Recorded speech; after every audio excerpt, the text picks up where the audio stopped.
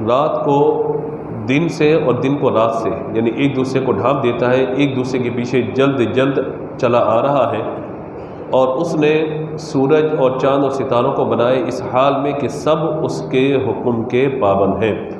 الا لہ الخلق والامر، سن لو، پیدا کرنا اور تمام کاموں کا کرنا یہ اسی کے لائق ہے۔ تبارک اللہ رب العالمین، اللہ بڑی برکت والا ہے جو سارے جہانوں کا رب ہے۔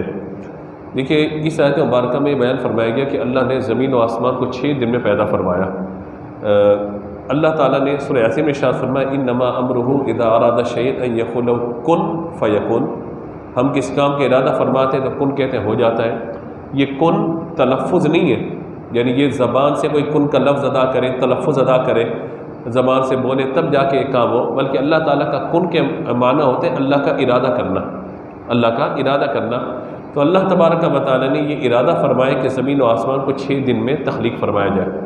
اب ایک بات مجھے بتائیے گا کہ اللہ تبارک و تعالیٰ چاہتا تو ایک لمحے کے اندر بھی، ایک سیکنڈ کے اندر بھی اللہ تعالیٰ پوری کائنات کو پیدا فرماتا، زمین و آسمان کو، لیکن اللہ تبارک و تعالیٰ کی حکمت یہ ہے کہ اللہ کے بندے اس بات کو جان لیں، سمجھ لیں کہ کسی بھی کام میں جلد بازی یہ اچھی چیز نہیں ہوتی۔ دور حاضر کے اعتبار سے میں عرض کر رہا ہوں، علماء نے اس کے بہت سارے معنی لکھے ہیں، اس کی حکمتیں وہی جانے، لیکن جو چیز ہے سمجھنے کی وجہ ہے کہ ہمارے یہاں بعض اوقات یہ ہوتا ہے کہ جو کام میں کہہ رہا ہوں وہ فوراً ہو جائے، یعنی وہ چٹکی بجائے اور امیر ہو جائے۔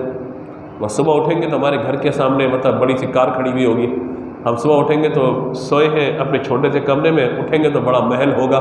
تو یوں جلد بازی ہمارے یہاں بہت زیادہ ہے، اور یہ جلد بازی طلاق کی وجوہات دیکھ لیں، جلد بازی، جھگڑوں کی وجوہات دیکھ لیں، جلد بازی۔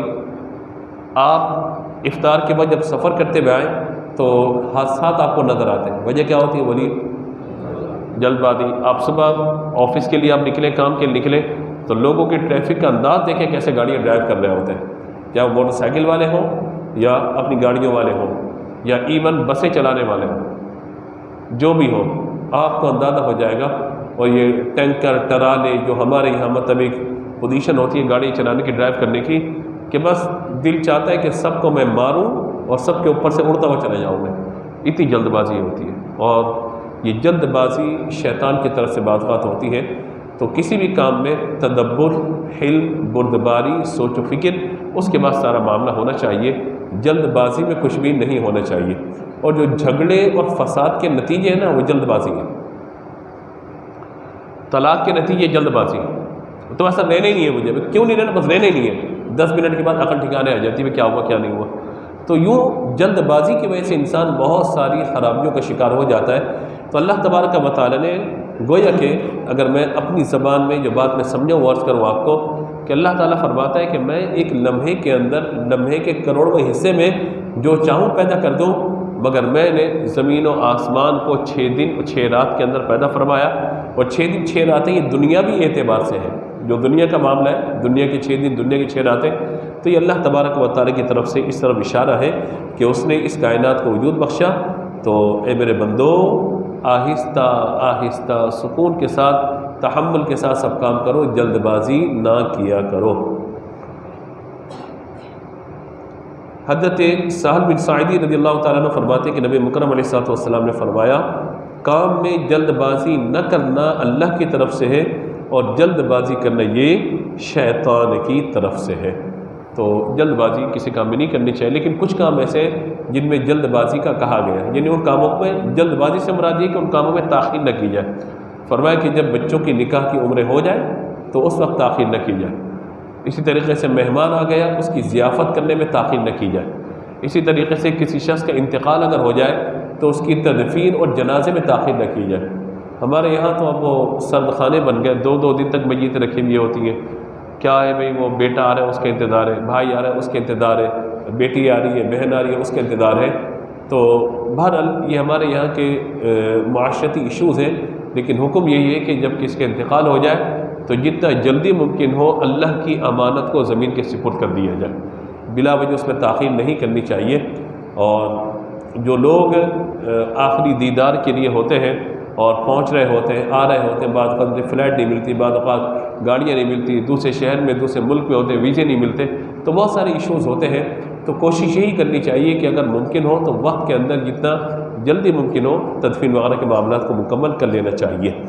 آگے اللہ تبارک و تعالی نے ارشاد فرمایا ادعوا ربکم تضرعا وخفیا انہ لا یحب المعتدین، اپنے رب سے گڑ گڑاتے ہوئے اور آہستہ آواز سے دعا کرو، بے شک وہ حد سے بڑھنے والوں کو پسند نہیں فرماتا۔ دیکھیے نماز عبادت ہے، روزہ عبادت ہے، مگر ان سب میں جو سب سے بڑی عبادت ہے یعنی نماز اور روزے کے ساتھ وہ کیا ہے؟ دعا ہے۔ ہم نے دعا کو شاید عبادت نہیں سمجھا۔ حدیث شریف میں بیان فرمایا گیا کہ الدعاء مخ العبادہ، ترمذی کتاب الدعوات کے اندر یہ حدیث مبارکہ ہے کہ دعا عبادت کا مغز ہے۔ مغز کس کو کہتے ہیں؟ اصل کو۔ جس طریقے سے دودھ ہو اور دودھ سے آپ ملائی بنا کے اس کا مکھن بنا لیں، اس کا گھی بنا لیں، تو سمجھیے جو دودھ کا اصل تھا وہ کیا تھا؟ وہ ملائی، وہ مکھن تھا، یعنی جو بالکل پیور چیز ہوتی ہے۔ اسی طریقے سے اگر آپ انسانی جسم کے اندر دیکھیں تو ہاتھ کا اپنا کام ہے، آنکھ کا اپنا کام ہے، ذہن کا اپنا کام ہے، ہر چیز کا، لیکن اگر بندے میں عقل نہ ہو، اس کا دماغی نہ ہو، اس کا مغزی نہ ہو، تو لہٰذا اب کیا کرے گا بندہ؟ دائرے کے وہ نفسیاتی امراض کا شکار ہو جائے گا، پاگل ہو جائے گا۔ تو یوں بیان فرمایا گیا کہ دعا مخ العبادہ، یعنی نماز پوری پڑھ لی آپ نے، روزہ پورا کر لیا، عبادت پوری کر لی آپ نے، اب اس میں جو اصل تھا کہ اس عبادت کی قبولیت کے لیے دعا کریں، وہ دعا ہی چھوڑ دی۔ آج امام صاحب کے ساتھ مسجد کے اندر ہم لوگ دعا کر لیتے ہیں، لیکن انفرادی دعا کہاں چلے گی میری اور آپ کی؟ میں بار بار یہ عرض کرتا ہوں کہ انفرادی طور پر ہمیں دعا کرنی چاہیے، اور یہ حقیقت ہے کہ دعا غافل دل سے نہیں کی جاتی، بالکل یکسوئی کے ساتھ متوجہ ہو کر اپنے رب کے حضور حاضر ہو بندہ۔ اور پھر ظاہر کہ جب وہ اجتماعی دعا ہوتی ہے تو آواز کو بلند کیا جاتا ہے تاکہ سب تک آواز پہنچے، اور اگر بندہ اکیلے دعا کر رہا ہے تو وہ اکیلے میں چیخم چلانی نہ کرے، بلکہ جس رب سے دعا مانگ رہا ہے اللہ تعالیٰ سن رہا ہے، تو لہذا آہستہ آواز میں ادعوا ربکم تضرعا وخفیا، دونوں چیزیں فرمایا، گڑ گڑائے تضرع عاجزی کے ساتھ، روئے تضرع وخفیا، اور آہستہ آواز میں اللہ کے حضور دعا کرے اور حد سے آگے نہ بڑھے۔ حد سے آگے بڑھنے سے مراد کیا ہے؟ حضرت ابو نعامہ رضی اللہ تعالیٰ روایت کرتے ہیں کہ حضرت عبداللہ بن معفل نے اپنے بیٹے کو دعا کرتے ہوئے یہ سنا، اے اللہ میں تجھ سے جنت کے دائیں طرف کے سفید محل کا سوال کرتا ہوں۔ کیا دعا کر رہا ہے؟ کہ میں تجھ سے جنت کے دائیں طرف کے سفید محل کی دعا کرتا ہوں۔ آپ نے فرمایا بیٹے یہ کیا کر رہے ہو؟ یہ کیا کر رہے تم؟ دائیں طرف کا سفید محل، یوں کیوں نہیں کہتے کہ یا اللہ تو مجھے جنت عطا فرما اور جہنم سے پناہ عطا فرما؟ سیدھی سیدھی دعا کریں۔ جنت کا دائیں طرف کا سفید محل فرمائشی پروگرام نہ، اللہ سے جنت کا سوال کریں، جنت مل جائے گی تو محل بھی مل جائے گا، سب کچھ مل جائے گا، کیونکہ وہاں کی نعمتیں وہ ہیں جو نہ کسی آنکھ نے دیکھی، نہ کسی کان نے سنی، نہ کسی دل میں ان کا خیال آیا۔ یہ تو میں اور آپ اپنے ایک پلاٹ بک کروانے کے چکر میں لگے ہوئے ہیں، سفید محل، یہ محل، وہ محل، وہ اللہ تبارک و تعالیٰ بے نیاز ہے، اسے وہ نعمتیں رکھی ہیں کہ سب چیزیں جو ہے بھول جائیں گی انسان کو جب دیکھے گا انسان۔ اللہ تعالیٰ اپنی رحمت سے ہمیں بلا حساب جنت میں داخلہ عطا فرمائے۔ وہ کہتے ہیں کہ میں نے حضور صلی اللہ تعالیٰ علیہ وآلہ وسلم کو ارشاد فرماتے ہوئے سنا کہ عن قریب میری امت کے کچھ لوگ وضو اور دعا میں حد سے بڑھ جائیں گے، حد سے بڑھ جائیں گے، یعنی وضو میں مطلب مثال کے طور پر جب وضو کیا جاتا ہے حکم یہ کہ ہاتھوں کو دھویا جائے، چہرے کو دھویا جائے، جن جو فرائض ہیں، سر کا مسح، پاؤں دھونے ہیں، کلی کرنی وغیرہ سنتیں ان کے اندر، تو بعض لوگوں کو ہم نے دیکھا ہے مثال کے طور پہ چہرہ دھونا ہے تو حکم یہ ہے کہ 3 مرتبہ، 1 مرتبہ دھونا فرض ہے اور 3 مرتبہ سنت ہے، اور دھونے کی تعریف کیا ہے کہ 2 بوند پانی کے بہہ جائیں، 2 بوند پانی کے بہہ جائیں، اور اگر 1 مرتبہ میں، اور 3 مرتبہ میں کتنے ہو جائے گی؟ 6 بوند پانی۔ کبھی کیجیے گا ڈراپ لیجیے گا، ڈراپ لے کر اپنے ہاتھ پہ ڈالیے گا، 1 بوند، 2 بوند، 3، 4، 5، 6 بوند ڈالنے کے بعد اندازہ لگائے کہ پانی کتنا آپ نے ڈالا ہے، تو آپ کا اندازہ ہو جائے گا کہ کتنا پانی ڈالنا ہوتا ہے۔ ہمارے یہاں تو اتنا مبالغہ ہوتا ہے وضو کے اندر، بعض اوقات جیسے چہرہ دھو لیا، اب حکم یہ ہے کہ اگر جیسے داڑھی ہلکی ہے تو کھال تک پانی کو پہنچا دیا جائے، اور داڑھی بھری ہوئی، جیسے میری داڑھی اس میں کچھ بھر گئی ہے تو کہا جاتا ہے کہ مطلب داڑھی کا بندہ خلال کر لے، سمپل، یعنی چہرہ دھونے اچھی طریقے سے، داڑھی کا خلال کر لے۔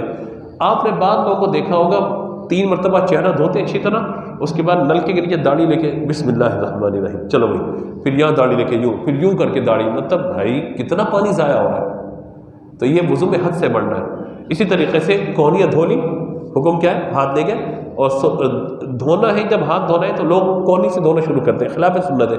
ہاتھ سے دھونا شروع کریں، ہتھیلی کی طرف سے. نلکے نیچے پانی لے جائیں یہاں تک، اس کے بعد ہاتھ گھماتے ہوئے یہاں پہ لے آئیں. نلکے کے نیچے میں ایک دفعہ میں 3 دفعہ کی سنت ادا ہو جاتی ہے. اگر غور کریں جو میں عرض کریں، چلو ایک مرتبہ آپ نے کر لیا، پھر اس کے بعد دوبارہ آپ لے گئے ماشاءاللہ، پھر بسم اللہ پڑھ کے تیسری مرتبہ بھی آپ نے کر لیا، چلو ہو گیا. اس کے بعد وضو کر 2 3، پھر یہ پتہ نہیں بھائی اتنا پانی ضائع، اتنا پانی ضائع. اور پھر اس کے بعد مسح کرنا ہے تو ہاتھ میں پہن لیں، نل کا بند کر کے یوں کرنے کے بعد سر کا مسح کر لیں پورا. چوتھائی سر کا مسح فرض اور پورے سر کا مسح کرنا کانوں کا یہ جو ہے وہ سنت ہو گیا. اس کے بعد کیا کرنا ہے؟ نل کا کھلا ہوا ہے مسح کر رہے ہیں، نل کا کھلا ہوا، پانی ضائع ہو رہا ہے، ضائع ہو رہا ہے، سکون سے جو ہے مسح کر رہے ہیں. اس کے بعد جو ہے وہ حکم یہ ہے کہ پاؤں دھونے سے پہلے انگلیوں کا خلال کریں. پاؤں دھونے سے پہلے انگلیوں کا خلال کر لیں، اس کے بعد پاؤں دھوئیں. خلال کرنا سنت ہے تو خلال کر لیں پاؤں کی انگلیوں کا، اس کے بعد پاؤں دھو لیں اپنا. لیکن ہمارے کیا ہوتا ہے وہیں پر نل کے پانی بہہ خلال بھی چل رہا ہے اور دھو بھی رہے، پھر وہ ٹخنے تک اور پھر پورا سارا. یعنی اگر یقین مانی ہم اپنا آپریشن کریں نا وضو اور غسل کا، طہارت وضو اور غسل کا آپریشن کریں، یقین مانی اندازہ ہو جائے گا کہ ہم کتنا پانی ضائع کرتے ہیں، کتنا پانی. صاحب بحری شریعت نے تو یہاں تک لکھا ہے کہ اگر کسی شخص کے جسم پر بال اتنے زیادہ ہوں، جسم پر بال اتنے زیادہ ہوں، ہاتھ وغیرہ پاؤں وغیرہ پر، سینے وغیرہ پہ، پیٹھ پہ کسی کے بال اتنے زیادہ ہوں کہ اس کو پانی پہنچانے میں تکلیف کا سامنا کرنا ہو تو کرنا پڑتا ہو، تو اس کو چاہیے اپنے ہاتھ کے بالوں کو اتروا دے تاکہ پانی کم ضائع ہو. یہاں ہمارے یہاں بال ہاتھوں میں اتنے بال تھوڑی ہے کہ اتروانے پڑے، کوئی مطلب اس طرح تھوڑی کہ میرے شیر کی طرح بال آ جائے. لیکن یہ اصل میں ایک توجہ دلانا مقصود ہے یہ کہ وضو میں حد سے بڑھ جانا، اتنا پانی کا اتنا پانی کا اتنا پانی کا جو ہے مطلب وہ. اور پھر حد سے بڑھنے کے ایک معنی یہ بیان فرمایا گیا کہ وہ کونیوں کے بجائے تھوڑا سا اوپر تک دھو لو بھائی، آدھی پنڈلی تک دھو لو. تو لوگ تو گھٹوں تک پائچے چڑھا کے اپنے یہ پاؤں دھو رہے ہوتے. تو یہ بہت ساری چیزیں ہمارے یہاں اسراف کے طور پر آ گئی ہیں جن کا دینی دنیاوی طور پہ کوئی فائدہ نہیں ہے. اب غسل کرنے میں بھی آپ دیکھیں بے احتیاطی، شاور کے نیچے کھڑے ہو گئے، اب بس پتہ نہیں کب شاور بند ہوگا اور غسل پورا ہوگا. حکم یہ کہ 3 مرتبہ سیدھے کندھے پہ ہاتھ ڈالیں، 3 مرتبہ الٹے کندھے پر، اور پھر سر سے پانی بہائیں، اور جو یہ جوڑ وغیرہ ہے جسم کے وہاں پہ پانی احتیاط سے پہنچا دیں، غسل ہو گیا. لیکن وہ ماشاءاللہ 4 مرتبہ صابن استعمال کرنا ہے اور 2 مرتبہ شیمپو استعمال کرنا ہے. اب بال اتنے سے سر پر، مردوں کی بات کر رہا ہوں، خواتین کے مسائل الگ ہیں پھر. تو مطلب یہ بہت زیادہ ہمارے اسراف ہے. تو حد سے آگے بڑھنا اللہ کو پسند نہیں ہے، دعا کے اعتبار سے ہو یا یہ ہو. دوسرا یہ بیان فرمائے گا کہ دعا میں حد سے بڑھنے کی صورت یہ بھی ہے کہ یا اللہ مجھے نبیوں کا مرتبہ عطا فرما. حالانکہ یہ محال ہے، ناممکن ہے، کیونکہ نبیوں کا مرتبہ نبیوں کو اللہ نے دیا، اس کے علاوہ کس کو نہیں ملے گا. اسی طریقے سے یا اللہ مجھے آسمان پہ چڑھا دے، کہاں سے؟ تو محال ہے، اس کی دعا جو ہے مطلب ہو ہی نہیں سکتی. تو اس طریقے سے یا اللہ میرا قد لمبا کر دے، یعنی قد بڑھنے کی ایک عمر ہوتی ہے نا. اب اس عمر کے بعد تو بندے کا قد نہیں بڑھے گا. یا اللہ میرا قد اتنا لمبا ہو گیا مجھے چھوٹا کر دے. اب یہ وہ دعائیں کہ جو سمجھیے کہ ایک مزاح ہے یا مذاق ہے، یہ دعا نہیں ہے. یہ دعات کا معنی تو ہے کہ گڑ گڑائے، عاجزی کرے اور جو ہے وہ اللہ کے حضور جو ہے دعا کرے. اسی طریقے سے اللہ سے حقیر چیز مانگنا، بیکار چیز مانگنا، یہ بھی اللہ تعالیٰ کو پسند نہیں ہے. اللہ بڑا رازق ہے، اللہ سے مانگے تو بڑی چیز مانگے، بڑی چیز مانگے اللہ سے. حقیر چیز اور مطلب کم تر چیز کا سوال نہ کریں اللہ سے. کیونکہ اگر مثال کے طور پہ آپ کسی بادشاہ کے پاس جائیں، وزیر کے پاس جائیں اور وہاں پہ مجھے کیا چاہیے آپ کو، جی مجھے 10 روپے دے دیں، گھر جا رہے ہیں واپسی. تو یہ عجیب سا ہو گیا نا. مطلب مانگنے والے کو تو شرم نہیں آئے گی، دینے والے کو شرم آئے گی. وہاں پہ بس میں چاہ رہا تھا کہ بس یہ مجھے دے دیں. تو وہ حقیر چیز مانگنا یہ مناسب نہیں ہے. بڑی بارگاہ سے بڑا سوال کیا جاتا ہے. یہاں دروازہ بڑا ہونا، خیرات بھی بڑی آتی ہے. اللہ تبارک و تعالیٰ نے اپنے بندوں کو نوازنا ہے، وہ دینے والا ہے، اس کا وعدہ ہے مانگو میں دوں گا. تو لہٰذا مانگتے ہوئے بخل نہیں کرنا چاہیے. اسی طرح تعلقات ٹوٹ جانے کی دعا، یا اللہ میں اس سے نہیں ملنا چاہتا، بس اس کے دل میں نفرت ڈال دیں، یعنی رشتہ داروں کے اعتبار سے. ہاں اگر غیر محرم لڑکا لڑکی ہو تو یہ دعا ضرور کریں، وہ نفرت ڈال دیں، یا اللہ اس کی شکل نہ دیکھوں میں، وہ ایک الگ بات ہے. کیونکہ اگر خدا نخواستہ گناہ کی طرف بندہ جا رہا ہے تو اب یہ دعا مانگنا درست ہوگا، یا اللہ میرے دل میں نفرت ڈال دے، دل سے اس کو نکال دے. یا تو نہیں اللہ دل سے کبھی نہ نکلے ہے، یہ تو یہاں تو یہ دعا چل رہی ہوتی ہے. اور ایک اور اہم بات، بعض اوقات مصیبتوں سے پریشانیوں سے، یہ خواتین کے لیے خاص طور پر، ان کے لیے بھی اور مردوں کے لیے بھی، کہ بعض اوقات آزمائشیں ہوتی ہیں، تنگی ہوتی ہے، پریشانی ہوتی ہے، بیماری ہو جاتی ہے، اور بندہ کہتا ہے یا اللہ بس مجھے موت دے دے. کہا کہ موت کی دعا نہیں کرنی چاہیے، یعنی بیماریوں سے گھبرا کر موت کی دعا نہیں کرنی چاہیے. موت کا ایک وقت مقرر ہے، جب وہ آئے گا تب آئے گا. اللہ سے آسانی کا سوال کرنا چاہیے. حضور صلی اللہ تعالیٰ علیہ وآلہ وسلم نے ایک شخص کو دیکھا. اب دیکھیں نا، یہ ایک آپریشن ہو رہا ہے میرا اور آپ کا، یہ کہ دعا میں بھی ہم کیا کیا مانگ رہے ہیں اور کیا دعائیں کر رہے ہیں.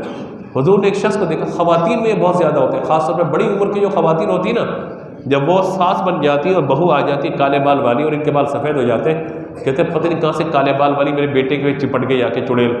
خود لے کر آئیے بھائی، خود شادی کروائی ہے تم نے، خود لے کر آئیے. بڑے شوق سے ارمانوں سے لے کر آئی تھی، اور گھر آنے کے بعد اب بیٹے پہ قبضہ کر لیا اس نے. تو ظاہر ہے کہ آپ نے اس کے ابا پہ قبضہ کیا تھا، تو ظاہر خاتون نے آ کر وہ اپنے شوہر پہ قبضہ کر لیا. کیا مشکل ہے اس کے اندر؟ تو یہ قبضہ کر لیا. اس قبضے کی جو جنگ ہے نا، تو جب لڑ لیتی ہیں، جھگڑ لیتی ہیں، پھڈا کر لیتی ہیں، سب بول دیتی ہیں، آخر میں کیا کہتی ہیں؟ یا اللہ بس مجھے صبر دے دے. یہ کون سا صبر مانگنی اللہ سے؟ حضور صلی اللہ تعالیٰ علیہ وآلہ وسلم نے ایک شخص کو دیکھا، حضور نے ایک شخص کو دیکھا، وہ یہ کہہ رہے یا اللہ مجھے صبر دے دے، مجھے صبر دے، مجھے صبر دے. نبی مکرم علیہ الصلوۃ والسلام فرمایا اے بندے تو کیا مانگ رہے ہیں اللہ سے؟ کہا میں صبر مانگ رہا ہوں. کیا تو مصیبت کو دعوت دے رہا ہے؟ کیونکہ صبر بندہ کب کرے گا؟ جب مصیبت آئے گی. صبر کب کرے گا؟ جب بیماری آئے گی. صبر کب کرے گا؟ جب آزمائش میں مبتلا ہوگا. فرمایا یوں نہ کہو، یوں کہو یا اللہ میرے لیے آسانی عطا فرما، میری مشکلات کو دور فرما. یہ دعا مانگو، یا اللہ بس مجھے صبر دے دے. یہ نہیں، یہ اچھی دعا نہیں ہے. ہاں اگر کوئی خدا نخواستہ آزمائش ہو جاتی ہے بندے پر، تو پھر یوں اللہ سے دعا کرے کہ بندہ یا الہ العالمین مجھے اس پر ثابت قدمی عطا فرما. صبر کا مطلب تو یہ کہ مصیبت آپ کی بڑھتی چلی جائے، پریشانی بڑھتی چلی جائے، آزمائش بڑھتی چلی جائے. تو یہ خواتین میں بہت زیادہ ہوتا ہے یہ. تو یہ نا یا اللہ بس صبر دے دے مجھے. لا حول ولا قوت الا باللہ. آپ کے یہ مصیبت مانگنا چاہتی ہیں کہ آپس میں لڑائی جھگڑے بڑھتے رہیں، آپ لوگوں کے پریشانیاں بڑھتی رہیں. تو یہ حد سے بڑھنا دعا کا یہاں پر یہ باتیں ذکر کی گئی. ولا تفسدوا فی الارض بعد اصلاحها وادعوا خوفا وطمعا. اور زمین میں اس کی اصلاح کے بعد فساد برپا نہ کرو، اور اس سے دعا کرو ڈرتے اور طمع کرتے ہوئے. ان رحمت اللہ قریب من المحسنین. بے شک اللہ کی رحمت نیک لوگوں کے قریب ہے. یعنی خوف و طمع، دعا مانگنے کا ایک ادب یہ بھی بیان فرمایا گیا کہ اللہ کے عذاب سے ڈرتے رہو اور اس کی رحمت کی امید رکھ کر دعا مانگو. اس پر ہم کافی بات پہلے کر چکے ہیں کہ دعا مانگے تو اللہ کے عذاب سے ڈرتے ہوئے اپنے گناہوں سے معافی مانگے، اور اللہ کی رحمت کا حصول اس کے لیے ہو، یا اللہ مجھے اپنی رحمت سے نواز دے. اسی طرح خوف و امید دونوں چیزیں یہ ہونی چاہیے. فرمایا ان رحمت اللہ قریب من المحسنین. بے شک اللہ کی رحمت نیک لوگوں کے قریب ہے. اسی لیے کچھ مقام ایسے ہوتے ہیں، کچھ افراد ایسے ہوتے ہیں کہ جن کے قرب میں دعا مانگنا یہ نیک لوگوں کے قریب اللہ کی رحمت کے نزول کا ذریعہ ہوتا ہے. یہ جیسے میں قرآن کی ایک مثال آپ کو دوں. حضرت زکریا اللہ کے نبی ہیں، ان کی اولاد نہیں تھی، بیوی بھی بوڑھی ہو گئی، یہ بھی بوڑھے ہو گئے تھے. اب آپ پہنچے ہیں محراب مریم میں. حضرت مریم رضی اللہ تعالیٰ عنہ کے خالو تھے. حضرت عیسیٰ علیہ السلام کی والدہ حضرت مریم ان کے خالو تھے. جب یہ پہنچے ہیں اندر تو وہاں دیکھا کہ کچھ پھل وغیرہ نظر آئے، بے موسم کے پھل. 30 پارے میں تفصیلی واقعہ موجود ہے، سورہ مریم میں موجود ہے. وہاں جو ہے وہ وجدنا عندہا رزقا قال یا مریم انا لکی ھذا. اے مریم یہاں یہ تیرے پاس کہاں سے آ گئے؟ تو انہوں نے کیا جواب دیا؟ قالت هو من عند اللہ. یہ اللہ کی طرف سے مجھے دیے گئے. ان اللہ یرزق من یشاء بغیر حساب. اللہ جسے چاہتا ہے بے حساب رزق عطا فرما دیتا ہے. تو آپ نے وہاں محراب کو دیکھا کہ محراب بند ہے، کوئی آنے جانے والا نہیں. اللہ نے یہاں بے موسمی پھل عطا فرما دیے. آپ کے دل میں اولاد کی امید جاگ اٹھی ایک دم. ہنالک دعا زکریا ربا. حضرت زکریا نے اللہ کے حضور اپنے ہاتھوں کو بلند کیا، دعا مانگی. ربی حب لی من لدنک ذریۃ طیبۃ انک سمیع الدعاء. یا الہ العالمین میں تجھ سے نیک بیٹے کی دعا کرتا ہوں. حب لی من لدنک ذریۃ طیبہ، نیک اولاد میں عطا فرما دے. انک سمیع الدعاء، بے شک تو ہی دعا سننے والا ہے. نبی کی دعائیں قبول ہوتی ہیں، پہلے دعائیں کرتے رہے، لیکن آج حضرت مریم رضی اللہ تعالی عنہا کے محراب میں آپ نے بے موسمی پھل دیکھے، وہاں پر دعا کی، اللہ تعالیٰ نے فرشتوں کو نازل فرمایا کہ ہم آپ کو حضرت یحییٰ کی خوشخبری عطا فرماتے ہیں۔ حضرت یحییٰ کی خوشخبری عطا فرمائیں گے اور فرمایا کہ اس کی شان یہ ہوگی، ہم اسے نبی بنائیں گے، وَسَيِّدًا وَحَصُورًا وَنَبِيًّا مِنَ الصَّالِحِينَ، ہم انہیں سید سردار بھی بنائیں گے، حصوراً عورتوں سے دور رہنے والا بنائیں گے، وَنَبِيًّا اور نبی بھی ہم انہیں بنائیں گے، یعنی آپ کی جو اولاد ہوگی اللہ تعالیٰ حضرت یحییٰ کو نبوت بھی عطا فرمائے گا۔ تو بعض اوقات کیوں ہوتا ہے، جس طریقے سے بیان فرمایا گیا کہ کعبے کے قریب دعا قبول ہوتی ہے، کعبے کے قریب حتیم میں دعا قبول ہوتی ہے، حجر اسود پہ دعا قبول ہے تو سب پتھر ہے جی، ہے تو سب پتھر، تو دعا قبول ہوتی ہے کہ کیا مطلب یہ ہے کہ وہ جگہ اللہ تعالیٰ کی خاص رحمتوں برکتوں کے نزول کی جگہ ہے، اس لیے وہاں دعا قبول ہوتی ہے۔ اسی طریقے سے اللہ تعالیٰ کے نیک بندوں کی صحبت میں اگر کوئی بیٹھ جائے اور نیک بندوں کے قریب میں بیٹھ کے اگر دعا کرے، کیونکہ وہ نیک ہوتے ہیں، اللہ کی رحمتوں پہ برس رہی ہوتی ہے، وہ چاہے حیات ہو یا انتقال کر گئے ہو، اگر بندہ یقین کامل کے ساتھ، کیونکہ دعا اللہ قبول کرتا ہے، کوئی ولی کوئی نیک بندہ دعا قبول نہیں کرتا۔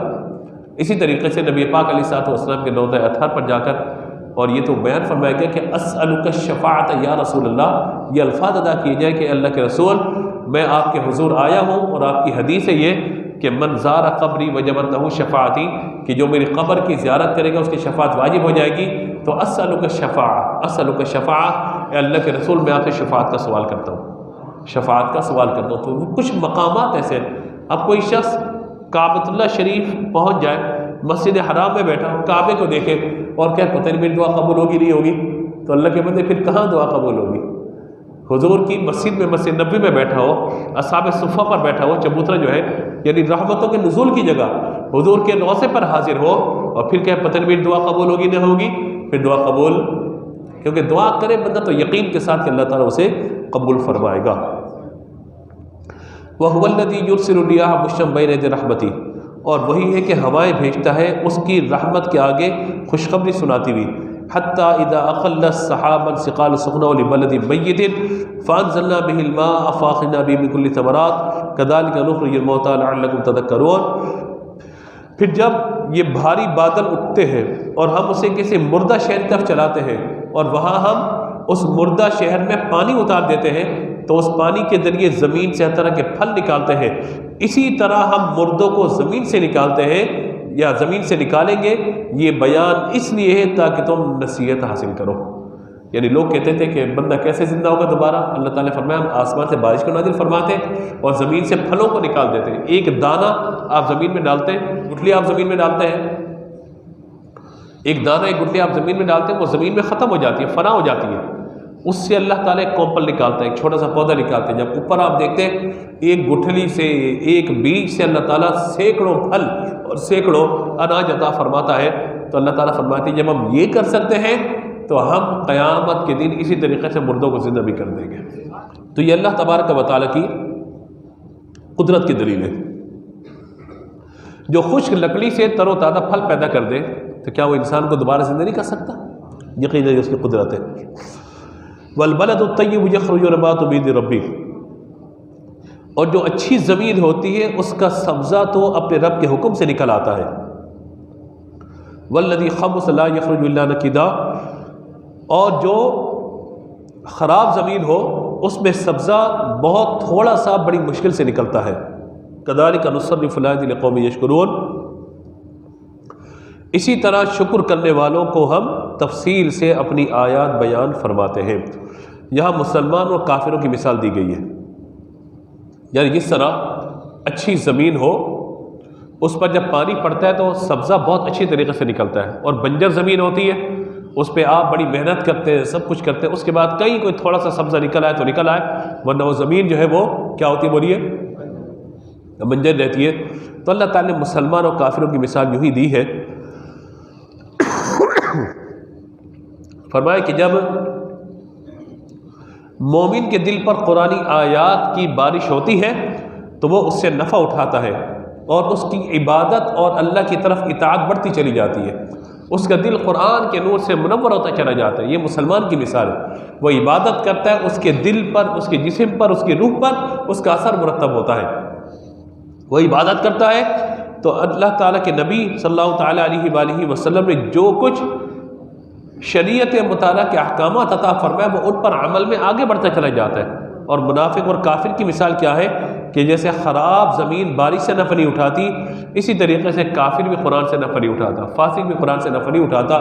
تو یہ مثال ہے میرے لیے اور آپ کے لیے، ہم مسلمان ہیں الحمدللہ، تو ہماری مثال نرم زمین کی طرح ہونی چاہیے کہ نصیحت کی کوئی بات ہم اسے قبول کریں، کوئی ہمیں ترغیب دلائے کہ نیکی کرو تو ہم نیکی کریں، کوئی ہمیں کہے کہ بھائی یہ نیکی کا موقع آ رہا ہے تو ہم پھر آگے بڑھ کر نیکی کریں، کوئی یہ کہے کہ جناب یہ قرآن کی تلاوت کا موقع ہے ہم آگے بڑھ کر قرآن کی تلاوت کریں۔ ایسا نہ ہو کہ قرآن کی تلاوت کو چھوڑ کر ہم آگے بڑھ جائیں، عبادت کو چھوڑ کے کہیں اور ہم چلے جائیں۔ تو یہ مسلمان اور کافر کی ایک مثال اللہ تعالیٰ نے یہاں بیان فرمائی ہے۔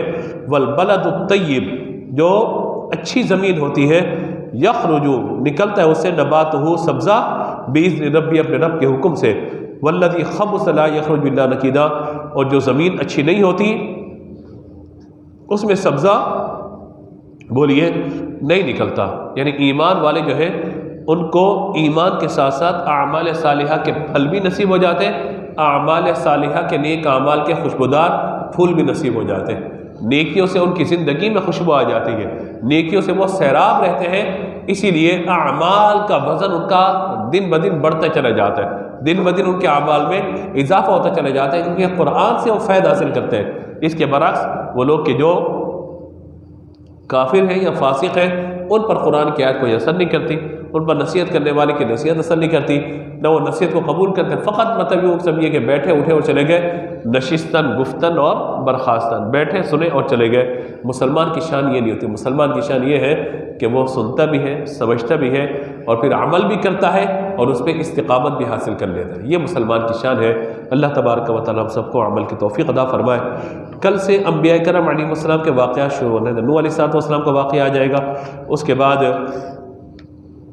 جو ہے وہ قوم عاد کا واقعہ آ جائے گا، حضرت شعیب علیہ السلام کا واقعہ آ جائے گا۔ تو پھر یہ سارے واقعات اب تفصیل سے انشاءاللہ چلیں گے یہ، اور کوشش ہماری ہوگی کہ اس سورت کا جتنا زیادہ مطالعہ کر سکیں انشاءاللہ اس سورت کا مطالعہ کریں گے۔ اللہ تعالیٰ ہم سب کو عمل کی توفیق عطا فرمائے۔ کل 15 رمضان انشاءاللہ 15 شب ہوگی کل، انشاءاللہ